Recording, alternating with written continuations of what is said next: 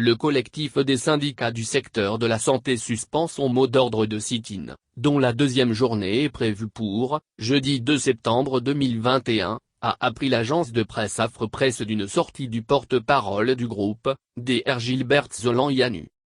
Selon Dr Gilbert Zolan-Yanu, cette manifestation, deuxième du genre dans la semaine, a été suspendue suite à des démarches très appréciées par les praticiens hospitaliers. Démarche menée par le ministre de la Fonction publique, du Travail et du Dialogue social, Gilbert Bavera.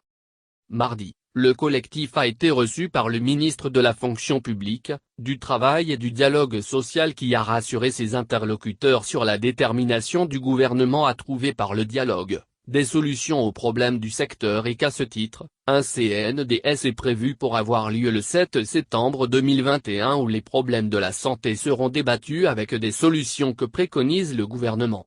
Fort de cela, nous avons remercié le ministre pour l'initiative de nous recevoir et que nous allons échanger avec nos camarades pour leur apporter l'information le mercredi 1er septembre 2021, ce qui fut fait. Cet après-midi du mercredi, le collectif a été encore reçu par le ministre de la Fonction publique et du Dialogue social.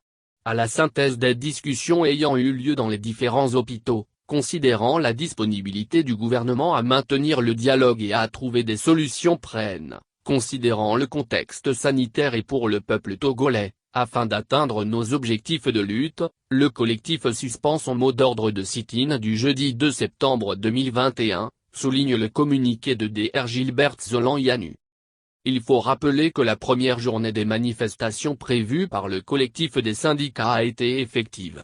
Les manifestants ont protesté contre le ministre de la Santé, de l'Hygiène publique et de l'Accès aux soins universels, Prof Moustapha Mijiawa. Ils sont allés plus loin et ont exigé la démission de ce dernier.